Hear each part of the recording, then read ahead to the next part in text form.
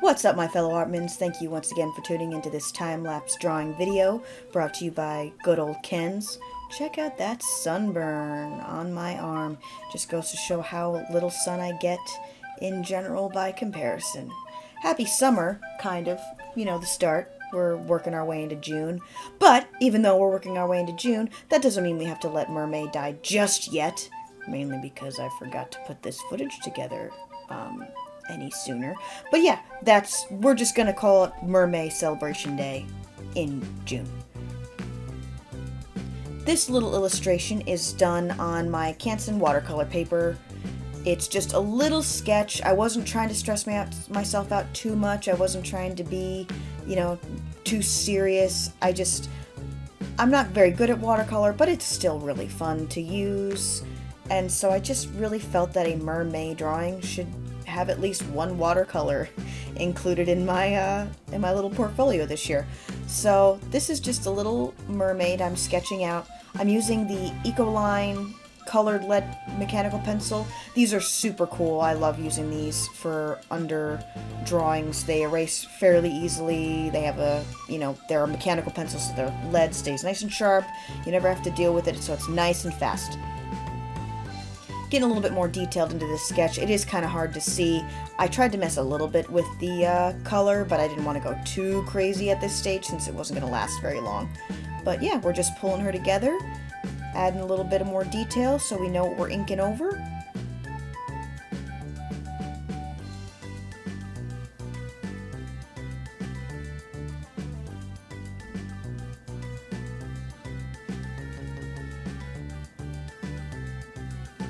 Now we're going in with an ink pen. This is the Pentel brush pen. Super cool, very easy to use, nice flexible tip. You can get really fine lines, you can get really thick lines.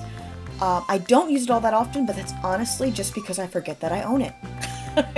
I don't know, it usually sticks in my little cup where I usually keep a lot of my favorite drawing tools, and I just happened to only remember just now that I had one. And I was like, oh, this is the perfect excuse to use this. Let's see if it holds up to watercolor. And it actually did a very nice job, all things considered, as you will see. We're just kind of going in with some face detail. This ink is really nice. It's very black, very consistent line. I do find that, you got to go a little slower with these brush pens because otherwise you'll get a bit of a grainy look. Now if you're going for that, it's very cool. It does have its place, but I just wasn't going for that with this particular illustration.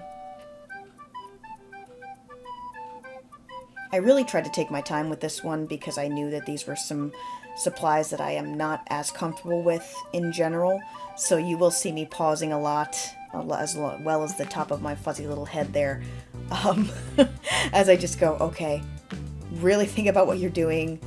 Don't just rush into this. Be careful. I do apologize for my head being in the way there. I didn't really realize it was happening at the time. Sometimes I have the camera adjusted the right way, sometimes I don't. But yeah, for this drawing, you'll just kind of have to deal with it for now.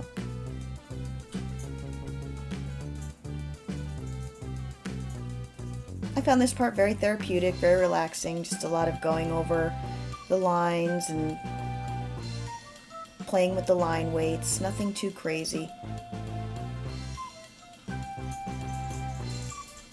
That's my dog in the background, I apologize. She has very little manners, but she's pretty cute, so we'll keep her.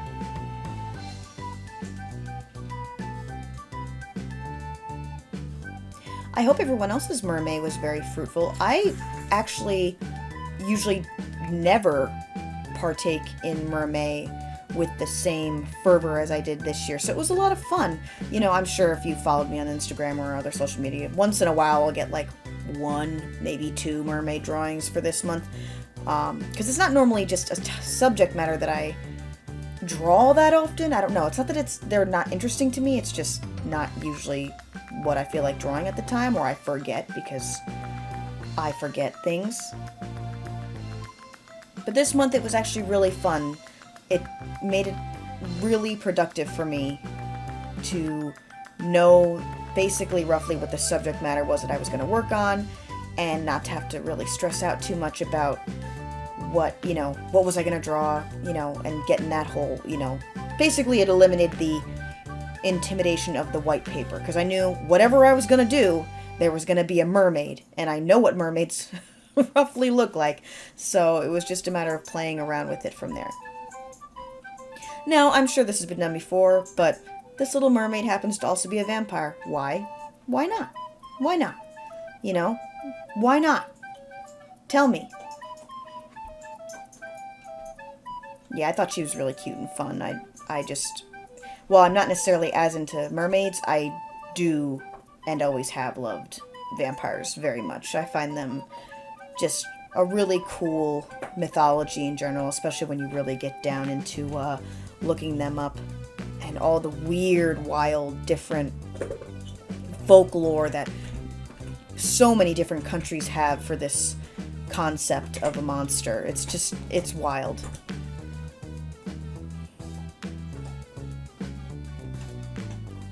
Oh boy. Just draw that hand real quick, get it out of the way, just hurry up, get it out of the way, don't spend too much time on it. Maybe no one will notice. Yeah, there we go. So now we're cutting in with a material known as, is this? Misket. Yeah. Okay, so what this is a masking fluid that you use with watercolor. It's very, testy. You have to be real quick. So you'll see how I dip my brush in and then I close that lid right away because it's very, very sensitive to air dry. What you do is you use this masking fluid exactly as it sounds. Right now, I wanted to have a little bit more of a relaxing, peaceful time doing a background wash on this painting. So I went around the entire edge of the mermaid, her hair, etc., and masked it off. So that way I could have a little bit more freedom and free-flowing brush strokes with the background and not have to worry about it crossing over into the character herself. You know it's basically ready to use when you can kind of see how it's turning this really gross yellow faded color. And that's usually right around, it takes very quick, it's not long at all. I probably gave that, I don't know, 3 minutes to dry before I was sure. Because I don't use watercolor a lot, I lost track of most of my large watercolor brushes, so we're stuck doing this nice big background wash with this tiny little flat brush. I believe I got this from a sketch box at some point. I believe these watercolors are Grumbacher. Oh, hold on, I have them right here. What are they? Yeah, I'm right, Grumbacher. These are a little watercolor pan set, and I just love these. I don't know, they're just, it's only, I think, got about 12 colors in it, but they're just nice. Like, I just really like this little watercolor palette. If I'm gonna reach out for something to do, I don't know, I really like this palette. I strongly recommend it. It's the it's just Grumbacher Select Opaque Watercolors, number WCO 12. I don't remember where or when I bought it. It was a few years ago. But they just, I don't know, they just have really nice hues and they mix together beautifully. You just get these really, you know, kind of washed out hues with them. And I don't know, they just really work with my style, I guess. I don't think they were too expensive. I mean, they're watercolor, and Grumbacher is I believe is a decent brand. Again, I'm not a watercolorist, so I'm not super into all the different brands, but I believe that these are at least to some extent a decent watercolor product. I was also super careful with painting her skin tones because while I love the effects you get with watercolor on skin tone, I always, always, always mess it up. I just go too deep, and because I don't know what I'm doing, I really muddy it up. So I tried very hard to just be very slow and methodical, not overdo it, just kind of, you know, really use the fact that this was a little vampire character to my advantage because they just needed to be very pale. I do like adding the big red, blots of, color though, because I think that's really fun in watercolor and really cute. I don't remember where I got this watercolor brush from, but it's just a nice round, sharp pointed watercolor brush. I think I use this for pretty much the rest of the painting. Some of the techniques I am employing here are wet on wet, so especially when I'm working with the skin, you can see how the face is really reflective and glossy right now. Basically why is because I have taken clean, fresh water. I have gone over the surface of the face, being careful to avoid, like, coloring outside the lines of the hair, etc., the eyeballs. So that way when I did that thing where I dripped the little red paint in, you could see right away it started to spider out and flow, and that added to the blending potential. I'm doing this right here on the shoulder. I just really quick on the shoulder added some wetness and then dipped into the red for a very faint color transition. I hope my lighting's getting a little bit better for you guys. I'm really trying to set up an appropriate time-lapse video filming system for my artwork, because I do enjoy making these videos. I just get frustrated sometimes because I think that the filming quality can be in the way. So I appreciate your patience while I'm working through this, but if you have any suggestions for filming artwork so I can avoid casting shadows and, making sure things don't look washed out, please let me know. I always like to learn. That's all I want to do is learn. I tried to keep the color palette very simple, very complementary, a lot of muted blues, and then that nice little goldfish just popping out of there with that beautiful, I don't think these colors are named in this palette. I probably had a sheet that corresponded at one point, but, lost that because I am irresponsible. But that, oh god, that like yellow ochre color is so nice in this, and it mixes beautifully with so many other colors. I definitely used it when doing the skin tones.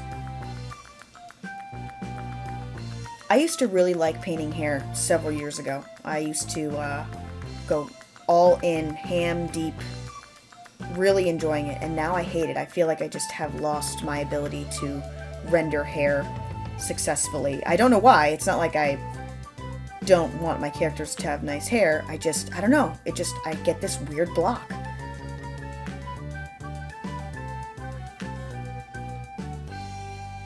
Just because you're a vampire and you might, want to feed on the flesh of humans or other mermaids maybe, doesn't mean you don't like the local wildlife. Who doesn't like a goldfish? Goldfish are probably the perfect companions for vampires because, they forget so quickly what you've done that they always think you're great. The emotional scarring's really, it's not permanent on a goldfish if you think about it. I don't know who that skull belongs to. You guys can decide. Just going in a bit more with some detail brush. Nothing crazy. With my vampires, I actually really like to make the white part of the eye not white. I like to make it a gray or a black. I think it's just gives a little bit more of a hint that they are not human beings. Makes them a little bit more interesting to look at. I was really experimenting with that skull back there. I didn't want to go too crazy and make it too in your face. I think I'm just doing light washes over, basically just some light washes over the top. This is that Posco pen I was talking about in my other video that is just absolutely awesome. Turns out it doesn't work super fly on this watercolor paper, which is a little sad. You'll see that I'm doing a lot of dots but not getting a lot of results. I also went in with my Jelly Roll pen because I know for a fact that one works fine with watercolor. These are Tombow watercolor brush pens, which I just like to dabble with once in a while. I don't think I've ever done a real full-fledged illustration with them. Nothing wrong with them. They're just, I use them more as a sketching tool. They hardly make a difference in this footage, but if you look at the real artwork, you can see. Now we're doing some nice tape peeling porn. Here we go. I always mess this up. I know for a fact on one of these edges, I rip the paper up a little bit. I try to follow the rules and the tips to like take the tape and loosen up its stickiness on your jeans by like taking a piece and, you know, rubbing it on your jeans a few times to help it lose some of its tackiness, but that didn't seem to help me too well on here. You live and you learn. But there she is. She's just this cute little mermaid walking around. What was I writing? I think I was trying to write something. Yeah, Mermaid maybe. Going in with just a oil-based colored pencil, I think, at the end there. Thank you guys so much for watching. Here's the finished piece. I tried to up the contrast a little bit to make it a little bit more realistic to how the drawing looks in real life. This was just a really fun, relaxing little sketch, and it definitely reinvigorated my desire to mess with watercolors. So don't be surprised if you see a few more videos and Instagram uploads with that particular, you know, medium in mind. Anyway, thank you for checking it out. Remember, I have an Etsy shop, an Instagram at The Art of M. Everything is named The Art of M, so it's very easy to find. A Facebook, everything is The Art of M. So if you like this video, please like and subscribe. Let me know, and check me out on other social medias. I update those a lot more regularly, and you can get a better idea of some of the behind-the-scenes looks at some of these artworks. Anyway, I hope you have a great rest of your day. Take it easy.